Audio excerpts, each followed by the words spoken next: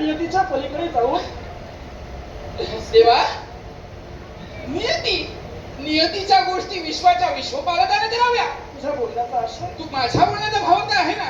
अरे सामान्य मर्त्य मानवाला नियंती नियुक्त करून दिले आणि नियतीचा नियंता वेगळा राहिलाय होय ना. मग ती नियंती तुला देवा तुझ्यासाठी अशक्य विश्वाचा पालन करता देव स्त्री बनला. आठवतंय मला ज्यावेळी मला स्त्री अवतार धारण करावा लागला ना, तेव्हापासूनच तू मला बंधू म्हणते.